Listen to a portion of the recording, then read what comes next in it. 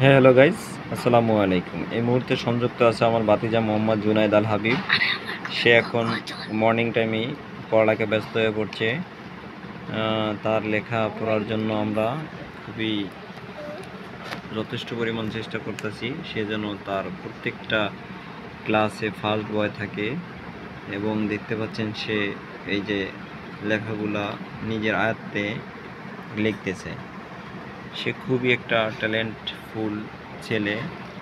সে ক্লাসের মাঝে খুবই দুষ্টামি করে। ক্লাসের মাঝে দুষ্টামি করি না। করো না তুমি? পড়ি। করো না? করো না? Thank you. তুমি আমার দিকে একটু তাকাও তো, এদিকে একটা হাসি দাও। বেড়া বেড়া দাঁতটি বাইরে গেছে। সে এখন এই যে দেখতে পাচ্ছেন আপনারা, সে লিখতেছে। বই দেখে দেখে লিখতেছে প্রথমে, এরপর আবার না দেখে লিখবে। আরে থ্যাংক না, ইউ। আর লাগবে না এটা। আচ্ছা, তুমি কিছু একটু বলো, পড়ালেখা করতে তোমার কেমন লাগে? ভালো।